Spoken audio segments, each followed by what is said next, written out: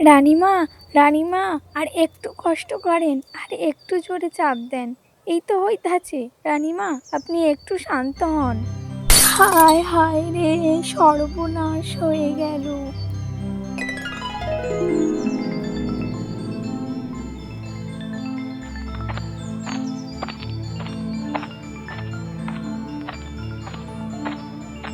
মহারাজ, আপনার দুটো কন্যা সন্তান হয়েছে, তবে রানীমা আমাদের সবাইকে ছেড়ে চলে গিয়েছে মহারাজ। সেনাপতি, এখনই যাও, জল্লাদকে খবর দাও, এই কালো অপয়া মেয়েটাকে আমার চোখের সামনে থেকে দূর করো। ও আমার সন্তান হতেই পারে না। আমার বিশ্বাস ওই আমার রানীকে আমার থেকে কেড়ে নিয়েছে। ও একটা অপয়া। কিন্তু মহারাজ, কালো হলেও ও তো আপনার নিজেরই মেয়ে। কখনোই না। ও আমার নিজের সন্তান হতেই পারে না। নিশ্চয়ই রানী কোনো পাপ কাজ করেছিল, সেই পাপের ফল হিসাবে পেটে এসেছে। আমার 14 পুরুষের দুকুলে এরকম কালো কোনো মানুষ নেই। ওকে এক্ষুনি জ্যান্ত মাটির তলায় পুঁতে দাও। কিন্তু মহারাজ, ইতিমধ্যে রাজ্যের সকলেই জেনে গেছে আপনি দুইজন কন্যা সন্তানের পিতা হয়েছেন। এখন যদি হঠাৎ করে একজন রাজকন্যা গায়েব হয়ে যায়, সবাই আমাদের ওপর সন্দেহ করবে। এতে আমাদের রাজ্যে বাজে প্রভাব পড়তে পারে। আপাতত কষ্ট করে মানিয়ে নিন মহারাজ। রানী, যে অপয়ার জন্য আমি তোমাকে হারিয়েছি তাকে আমি ছাড়বো না। আমারও পরানো যাহা চাই, তুমি তাই, তুমি তাই গো। উফ, আবার শুরু হয়ে গিয়েছে সকাল সকাল গাধার গান গাওয়া। প্রতিদিন সকালবেলা আয়নায় মুখ দেখতে গিয়ে এই গাধাটার আওয়াজ আমার আর সহ্য হয় না যেন। আমার আগুন জ্বলে যায়। দাসীগুলো যে কি করে না। এই দাসী রূপবান, এই দাসী রূপবান। প্রণাম নেবেন রাজকন্যা। কি হয়েছে? রাখ তোর প্রণাম। কি হয়েছে মানে? তোকে না একদিন বলে দিয়েছি সকাল সকাল এই গাধার আওয়াজ আমার কানে না আসে, সেটা বন্ধ করার দায়িত্ব তোর। প্রতিদিন সকালে নিজের এই চাঁদ মুখটা আয়নায় দেখেও শান্তি নেই, তারপরে এই আওয়াজটা শুনে শান্তি নেই। রাজকন্যা রানীমালা, আমি বড় রাজকন্যাকে কবে থেকেই বলছি, তারপরও উনি শোনে না সে কথা। দাসী হিসাবে আমি আর কি করতে পারি বলুন? তুই হচ্ছিস আমার দাসী। তুই যদি আমার জন্য এইটুকু না করতে পারিস, তাহলে রানীমালার দাসী হওয়া কোনো যোগ্য নেই। আজকে থেকে তোর কাজ বন্ধ।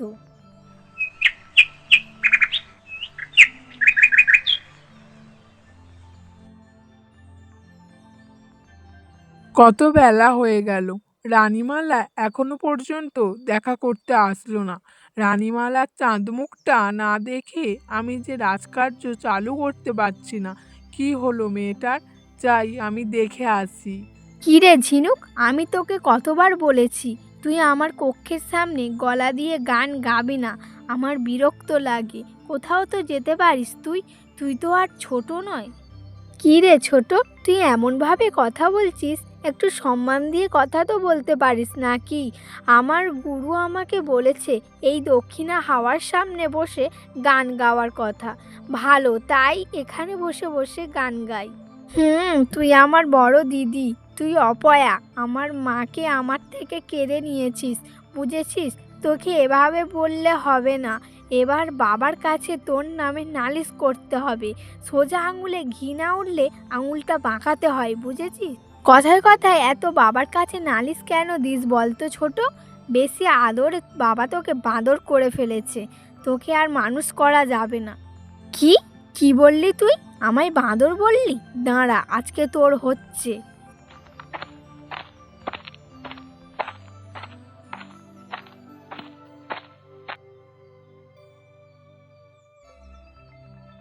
মা, রানীমালা, অনেক বেলা হয়ে গেল, এখনো তুই আমার সাথে দেখা করতে আসলি না? তুই জানিস না তোর চাঁদ মুখটা না দেখলে রাজকাজ শুরু করতেই পারি না। কিরে মা, কি হয়েছে তোর? আমার মুখ আর চাঁদ মুখ নেই। আমার মুখ তো বাঁদর হয়ে গেছে। তাই এই বাঁদর মুখ নিয়ে তোমার কাছে যাই কি করে বলো তো দেখি? এই কি মা, তুই এইসব কি কথা বলছিস? তুই কি পাগল হয়ে গেছিস নাকি? তোকে কে কি বলেছে আমি তাকে উপযুক্ত শাস্তি দেব? কি আর শাস্তি, তোমার আর এক মেয়ে বড় রাজকন্যা আমাকে একথা বলেছে। সে আমার বাড়ির সামনে বসে বসে গান গাইছিল, আমাকে বিরক্ত করছিল, আমাকে বলল আমি নাকি বাঁদর মুখ। রানী চলে যাওয়ার পর থেকে আমার জীবনে মূল্যবান কিছু জিনিস থাকে, সেটা হচ্ছিস তুই। আর আজও তোকে এত বড় কথা শোনালো, আজ ওর নিস্তার নেই। তুই আয় আমার সাথে।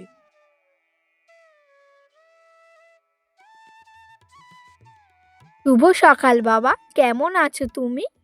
সকালটা কি তুমি আর শুভ থাকতে দিয়েছো? মাকে মেরেও তো তোমার শান্তি হয়নি, এখন আবার বোনের পেছনে লেগেছো। কোন সাহসে তুমি আমার মেয়ের পেছনে লেগেছো শুনি? তোমার চেহারাটা আয়নায় দেখেছো? এই সুন্দরী মেয়েকে তুমি যে বাঁদর মুখো বলছো, তোমার এই আস্পর্ধা কিন্তু আমি আর সহ্য করবো না রাজকন্যা। বাবা, ছোটকে তো এমনভাবে বাঁদর মুখও বলিনি। ও তো প্রতিদিন আমায় কথা শোনায়। গুরুজন তো আমার গানের রেওয়াজটা করতে বলেছে, এতে আমার দোষটা কোথায়? আহা, তোর ওই বাঁদর মুখো চেহারা নিয়ে গানের রেওয়াজ করে কি হবে শুনি? আজকের পর থেকে তুমি এখানে গান গাইবে না। আর তোমার কারণে যদি রানীমালার কোনো অসুবিধা হয়, কিন্তু তোমাকে এই প্রাসাদ থেকে ঘাট ধাক্কা দিয়ে পার করে দেবো। এই কথাটা তুমি কান খুলে শুনে রাখো। দাও না বাবা, ওকে এক্ষুনি ঘাড় ধাক্কা দিয়ে বের করে দাও। কেন রেখেছো ওকে প্রাসাদে? বাবা, আমাকে ক্ষমা করে দাও, আমার ভুল হয়ে গেছে। আমি আর এই জায়গায় গান গাইবো না। আমাকে এই প্রাসাদ থেকে তাড়িয়ে দিও না বাবা, আমার মায়ের স্মৃতি আছে এখানে।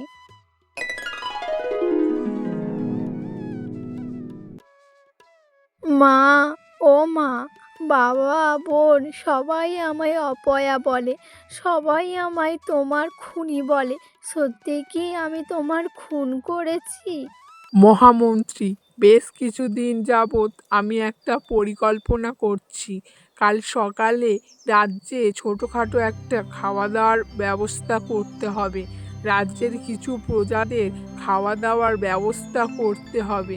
তাহলে তুমি সব দিকটা সামলে নিও। কিছু দরকার লাগলে আমাকে বলো। আজ্ঞে মহারাজ, আমি সব সামলে নেব, আপনি চিন্তা করবেন না। একদিন সকালে মহারাজের কথা মতো মন্ত্রীমশাই রান্নাবান্নার আয়োজন করতে থাকে। কিন্তু হঠাৎ করে মন্ত্রীর বুকে ভীষণ ব্যথা ওঠে এবং সেখানে অজ্ঞান হয়ে পড়ে যায়। ঠিক তখনই ঝিনুকমালা সেখানে আসে আর মন্ত্রীকে দেখে অবাক হয়ে যায়। এ কি, কে কোথায় আছো? এসো, জলদি এসো, এদিকে মন্ত্রীমশাই অজ্ঞান হয়ে গেছেন। মহামন্ত্রী, আপনি এখন কেমন আছেন? ঠিক আছেন তো? আজ্ঞে রাজকুমারী, এখন একটু ভালো আছি। হঠাৎ করে যে কেন এত অসুস্থ হয়ে গেলাম সঠিক বুঝলাম না। আমি আবার যাচ্ছি রান্নার দায়িত্বে। না না, আপনি একটু বিশ্রাম করুন, আপনার পক্ষে রান্নাঘরে যাওয়াটা মঙ্গল নয়। কিন্তু আমি যদি না যাই রান্নাঘরে, এই দায়িত্ব কে সামলাবে? মহারাজ বড্ড রেগে যাবেন আমার উপরে। আপনি একদম চিন্তা করবেন না, আমি নিজ দায়িত্বে সব সামলাবো। এরপর রাজকুমারী ঝিনুকমালা সমস্ত রান্নার কাজ, সমস্ত দায়িত্ব খুব সুন্দর করে সামলে নেয়। রান্নাবান্না শেষে সমস্ত প্রজাদের নিজ হাতে বেড়ে সমস্ত খাবার খাওয়ায়। বাবা গো বাবা, কি সুন্দরী আমি! নিজের সৌন্দর্যে দেখে নিজেরই প্রেমে পড়ে যাচ্ছি। ইস, কত ভালো হতো আমি যদি বাবার একমাত্র সন্তান হতাম। তখনই দাসী রূপবান সেখানে আসে। রাজকুমারী, আপনার সাথে জরুরি কথা আছে, তাই এলাম আমি, জলদি জলদি শুনুন। তুই কেন এখানে এসেছিস? তোকে তো আমি কাছ থেকে পার করে দিয়েছি, তারপরেও কেন এলি তুই? রাজকুমারী রানীমালা, আমি আপনাকে এমন একটা সুসংবাদ দেব যা শুনলে আমার ওপরে খুশি হয়ে যাবেন। মহারাজ মহামন্ত্রীকে রান্নার দায়িত্ব দিয়েছিল। মহামন্ত্রী অসুস্থ হওয়ায় বড় রাজকন্যা সুন্দর মতো সামলে নিয়েছে। এই কথাটা যদি রাজার কানে যায়, ভেবে দেখেছেন রাজামশাই ওকে কতটা ভালো ভাববে? আরে বাহ, বছরেই প্রথম ভালো কোনো কাজ করলি। তোকে দেখে মনে হচ্ছে তুই এবার সত্যি দাসী হবার যোগ্য হয়েছিস। আমি খুবই খুশি হলাম। আজকে থেকে তোর মাইনে দুগুণ করা হলো। আজ্ঞে ছোট রাজকুমারী, হঠাৎ এখানে কিছু লাগলে আমায় ডাকতে পারতে, আমি চলে যেতাম। অসুস্থতার বাহানা দিয়ে ঘরে বিশ্রাম করছো, তার ওপরে আবার একজনের সাহায্য নিয়েছো যাকে পুরো রাজ্য অপয়া বলে মানে। যদি এটা বাবার কানে যায় তাহলে বুঝতে পারছো কি হবে। তুমি চাও এই কথাটা আমার বাবার কাছে না বলি? তাহলে ভালোই ভালোই বাবাকে গিয়ে বলবে সমস্ত দায়িত্ব আমি করেছি আর রান্না বান্নাও আমি করেছি। আজ্ঞে ঠিক আছে রাজকুমারী, আপনি যেমনটা বলছেন তেমনটাই করব। দয়া করে আমার নামে অভিযোগ করবেন না রাজার কাছে। দয়া করুন আমাকে। এই তো আমার গুল্লুমুল্লু মহামন্ত্রী, খুব সহজেই বুঝেছো মনের কথা। কি মহামন্ত্রী, যে দায়িত্বটা দিয়েছিলাম ঠিকমতো পালন করেছে তো? আসলে মহারাজ, আমার শরীরটা ভীষণই খারাপ ছিল। এরপর ছোট রাজকন্যা সমস্ত রান্নার দায়িত্ব সামলে নিয়েছেন। এমনকি উনি রান্নাও করেছেন, দারুণ মজার। আমি তো খুবই অবাক হয়ে গিয়েছি ছোট রাজকন্যার প্রতিভা দেখে। এ কি দারুণ সংবাদ দিলে তো তুমি আমায় মন্ত্রী! আমার ছোট রাজকুমারী মা রান্না বান্নাও শিখে গেছে। আজকে সে রান্নার দায়িত্ব সে কাঁধে তুলে নিয়েছে। বাহ বাহ! যাও যাও, এখনই আমার ছোট রাজকন্যাকে ডাক দাও, আর তার হাতের রান্না খাওয়ার জন্য আমি অপেক্ষা করে আছি। হ্যাঁ, বড় রাজকন্যাকেও ডাক দেবে। এরপর মহামন্ত্রী ঝিনুকমালার কক্ষের দিকে যেতে থাকে। সেখানে গিয়ে সমস্ত ঘটনা খুলে বলে আর সে অঝরে কাঁদতে থাকে। আমায় আপনি ক্ষমা করুন রাজকুমারী। এ কি মহামন্ত্রী, আপনি আমার কাছে ক্ষমা কেন চাইছেন? আপনার পদ রক্ষা করার জন্য এইটুকু তো আপনাকে করতেই হবে। আমি কিছু মনে করিনি। আপনি একেবারে নিশ্চিন্ত থাকুন মহামন্ত্রী। সত্যটা আমি কারোর সামনে প্রকাশ করব না, সত্যি গোপনই থাকবে। রাজকুমারী ঝিনুকমালা, আপনি অনেক ভালো মনের মানুষ। একদিন এই রাজ্যে সবাই বুঝবে আপনার মূল্যটা ঠিক কতটা। আহ মারে, তুই দেখতে যেমন সুন্দর, তোর রান্নাগুলো দেখতেও ঠিক তেমনই সুন্দর। সুবাসে মন জুড়িয়ে যাচ্ছে রে মা। তুই যে এত বড় হয়ে গেছিস আমি বুঝতেই পারিনি। তা মা বলতো, তুই আমাকে কেমন ভালোবাসিস? বাবা, পৃথিবীর সবার থেকে আমি তোমাকেই বেশি ভালোবাসি। পৃথিবীর যত মিষ্টি মধুর জিনিস আছে সব কিছুর থেকে তোমার প্রতি আমার ভালোবাসাটাই বেশি মিষ্টি। এই, বাবাকে তুই কতটা ভালোবাসিস রে? আর যদিও বাবার সেটা কোনো জানার প্রয়োজন নেই, তারপরেও বল দেখি বাবাকে কতটা ভালোবাসিস। আমিও বাবাকে অনেক ভালোবাসি, ঠিক লবণের মতো। লবণ যতটা জরুরি, বাবার প্রতি আমার ভালোবাসাও ঠিক তেমনই। এরকম কথা শুনে মহারাজ অবাক হয়ে যায়। তবে রে হতচ্ছাড়ি, তুই আমাকে কি বললি? তুই আমায় এত বড় অপমান করলি! আমায় তুই নুনের মতো ভালোবাসিস? নুনের মতো একটা তেতো জিনিসের সাথে তুই আমার তুলনা দিয়ে দিলি? তুই যে একটা অপয়া জানতাম, কিন্তু তুই এত বড় অপয়া এখন জানলাম। তোর এখন এই প্রাসাদে থাকার কোনো অধিকার নেই। তুই এখনই এই প্রাসাদ থেকে বেরিয়ে যা, না হলে তোর মৃত্যুদণ্ড দিব। বাবা, ও বাবা, আমায় তুমি কেন ভুল বুঝছো? সত্যি আমি তোমায় নুনের মতোই ভালোবাসি। বাবা, আমি তো খারাপ কিছু ইঙ্গিত করিনি। অত বড় সাহস তোর! তুই আমার বাবাকে এত বড় অপমান করেছিস। আজকে তোর এই প্রাসাদে আর কোনো জায়গা নেই। এবার আমার বড্ড আফসোস হচ্ছে। তুই সেই ছোট থাকতে মাটি চাপা দিয়ে দেওয়া উচিত ছিল। সেই ভুলটা আমি আর করতে চাই না। এই প্রাসাদ থেকে বেরিয়ে যেতে হবে। তোর জীবন আমি ভিক্ষা দিচ্ছি। বাবা, ও বাবা, ভুল বুঝে তুমি আমার জীবনটাই কেড়ে নেওয়ার হুমকি দিচ্ছ? না বাবা, আমি আর এখানে থাকবো না। আশা করছি একদিন ঈশ্বর ঠিকই তোমার ভুল ভাঙিয়ে দেবে।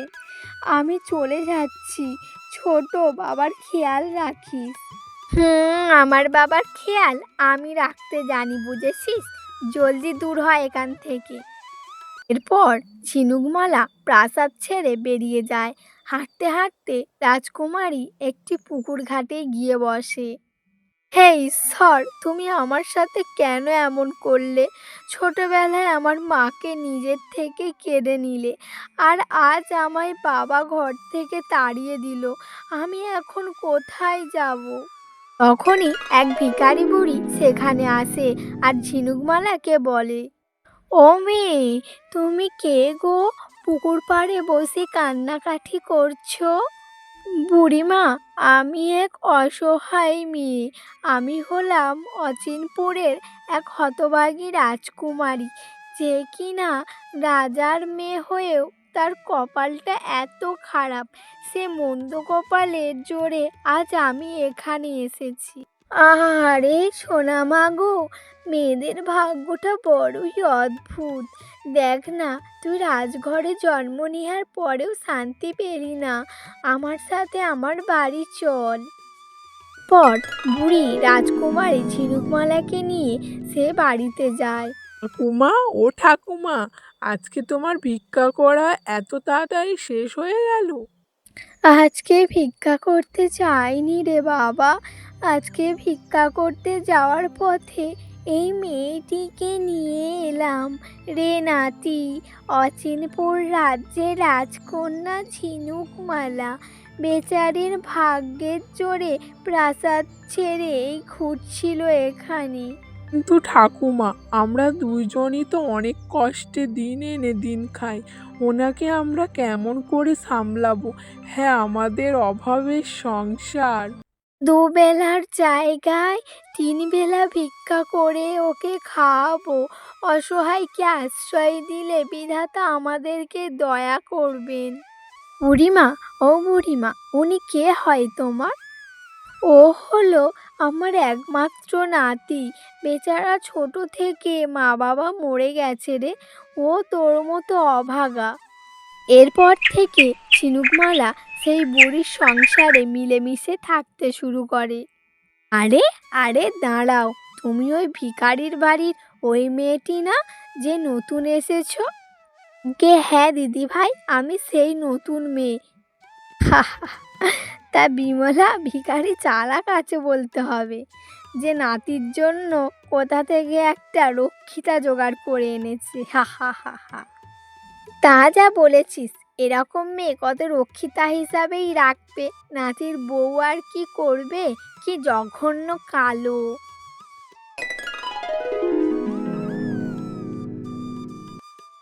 কি ঠাকুমা, তুমি এই অবেলা মনমরা হয়ে বসে আছো? কি হয়েছে বলো? আমায় কি সমস্যা তোমার? আরে বাবা রে, ঝিনুক সেই 2 ঘন্টা হলো আগে জল আনতে গেছে, এখনো এলো না। মেয়েটার কি কোনো বিপদ হলো নাকি? কি কি বলছো? 2 ঘন্টা আগে গিয়েছে?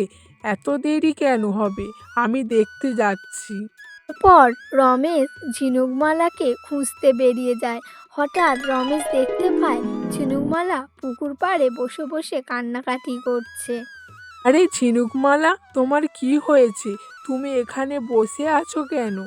আমার যাই হয়ে যাক না কেন, সেটা নিয়ে আপনাকে অত ভাবতে হবে না। দয়া করে বাড়ি ফিরে যান। আমি চাই না আমার মতো অপয়া মেয়ে কালো দাগ আপনাদের গায়ে লাগুক। চলে যান এখান থেকে। ঝিনুক, এমন করে বলো না, দয়া করে। দয়া করে বলো না, তোমার কি হয়েছে বলো। এরপর সমস্ত কথা ঝিনুক খুলে রমেশকে বলতে থাকে, আর সে অঝরে কাঁদতে থাকে। বাড়ি চলো তুমি। কী রে ঝিনুক, তুই কোথায় গিয়েছিলি? সন্ধ্যা হয়ে এলো, এত দেরি কেন হলো? তোর কত চিন্তা। এরপর রমেশ তার ঠাকুমার কাছে সমস্ত ঘটনা খুলে বলতে থাকে। ঘরে জোয়ান নাতনি থাকলে পাড়ার লোকেরা এরাম কানাঘুষা করবে, এটাই স্বাভাবিক। আমরা চাইলে ঝিনুক রাজকে এই অপবাদ থেকে মুক্ত করতে পারি, বুঝেছিস রমেশ?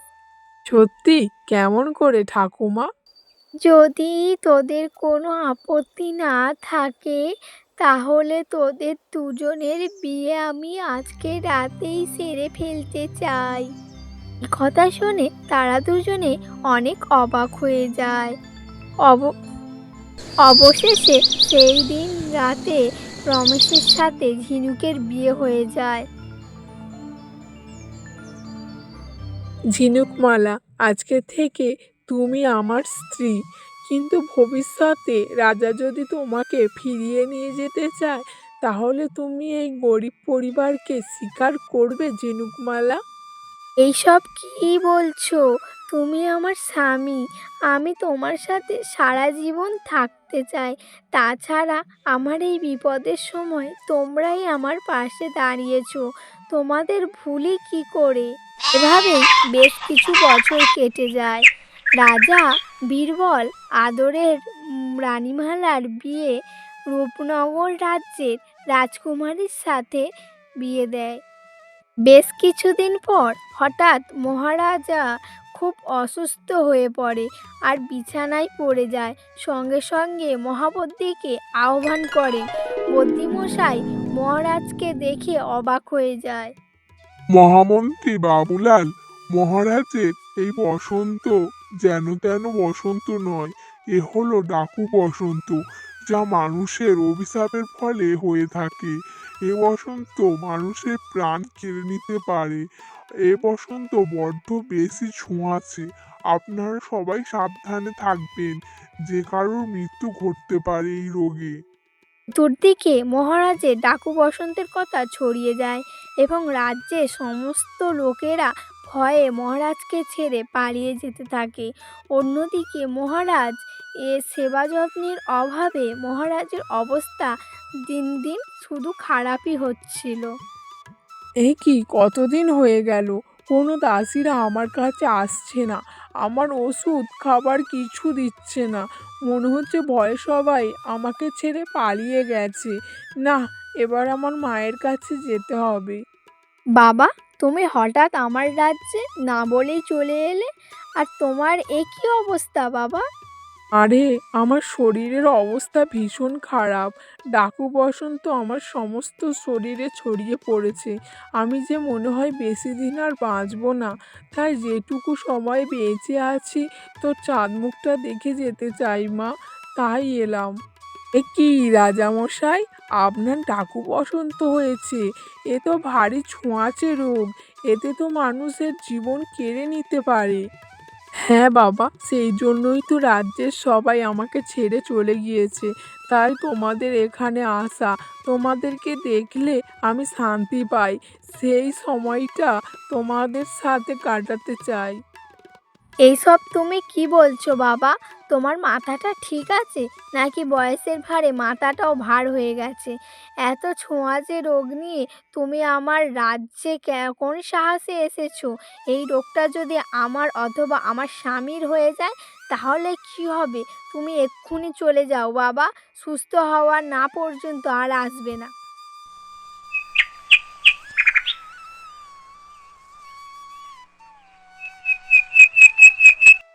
মহামন্ত্রী, রাজকুমারী ঝিনুকমালাকে যখন তাড়িয়ে দিয়েছিলাম, সে কোন দিকে গিয়েছিল তুমি দেখেছিলে? দেখলে আমায় জানাও। সর্বশেষে রাজকন্যা উত্তরপাড়ার দিকে যেতে দেখেছিলাম, এরপর আর দেখিনি। ঠিক আছে, কাল সকালে আমি তাহলে উত্তর পাড়ায় রওনা দেব রাজকন্যাকে খোঁজার জন্য। যে আমার ভুলটা বুঝতে পেরেছি, আমি যে হিরে চিনতে পারিনি। কিন্তু মহারাজ, আপনি এরম শরীর নিয়ে কেমন করে যাবেন?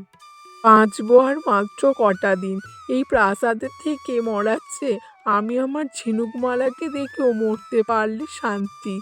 যতদিন ফিরে না আসছি ততদিন রাজ্যের খেয়াল রেখো মহামন্ত্রী। এরপর রাজা বীরবল ঝিনুকমালাকে খুঁজতে বেরিয়ে যায়। অনেকক্ষণ হাঁটার পর ক্লান্ত হয়ে মহারাজ পুকুর পাড়ে বসে। আহ, অনেকটাই পথ হাঁটলাম, আমার শরীরটা যে আর চলছে না। ঝিনুকমালা, মা তুই কোথায়? তোর দেখা কি আমি পাবো না? হার মানলে চলবে না।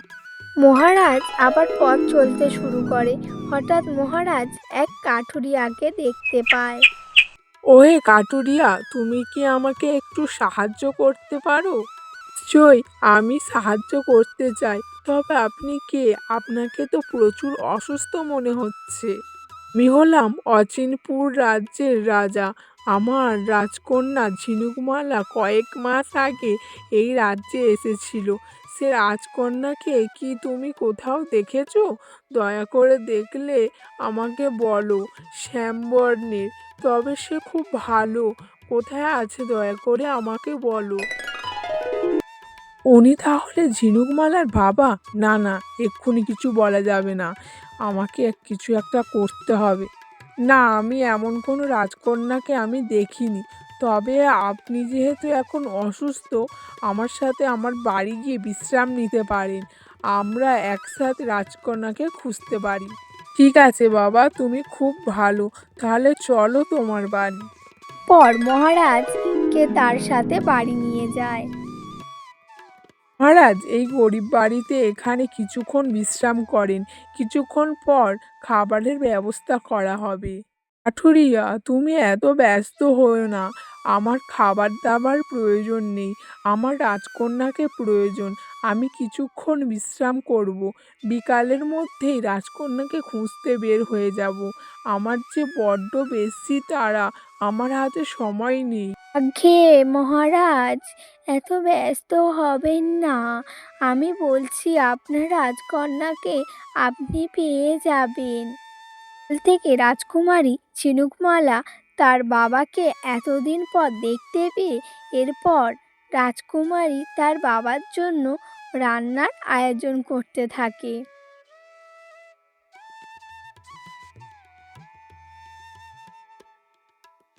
মহারাজ নিন আপনার জন্য খাবার, আপনি খাবারগুলো খেয়ে নিন। আমার ঘরে যা ছিল তা দিয়ে আপনার খাবারের যোগান দিয়েছি। আরে কি দরকার ছিল? এই খাবার দরকার নেই। আমার রাজকুমারী চাই। ঠিক আছে, আমি খাচ্ছি। এরপর মহারাজ সেই খাবার খেতে থাকে আর সমস্ত খাবার মুখ থেকে ফেলে দেয়। রাজামশাই, খাবারগুলো কেমন হয়েছে আমার হাতের? মশকরা চলছে? আমার দুর্বলতার সুযোগ নিয়ে কি আমার সাথে মশকরা চলছে? সমস্ত খাবারে নুনের বদলে চিনি দিয়ে ভরা। কেন মহারাজ? এককালে তো নুনের মতো ভালোবাসি বলে ঝিনুকমালাকে তাড়িয়ে দিয়েছিলেন, আর আজকে এই খাবারে নুনের অভাবে এত অসন্তুষ্ট হচ্ছেন কেন? এই মেয়ে, তুমি কে? তোমার কণ্ঠ আমার এত পরিচিত কেন লাগছে? কে তুমি বলো? এরপর মহারাজ ঝিনুকমালার ঘোমটা তুলে দেয়। ঝিনুকমালাকে দেখে মহারাজ আকাশ থেকে পড়ে। মা ঝিনুকমালা, অবশেষে আমি তোমাকে ফিরে পেয়েছি মা। আমি তো ভরসায় ছেড়ে দিয়েছিলাম। আমি তোমাকে হয়তো পাবো না। সমস্ত ভুল আজকে ভালো মতো বুঝতে পারলাম মা। সবাই যখন আমায় তাড়িয়ে দিয়েছে, তখন আমি তোর মর্ম বুঝতে পারলাম। বড্ড বেশি দেরি করলাম যে। আমার হাতে আর সময় নেই। বসন্ত আমায় যে জীবনটা কেড়ে নেবে।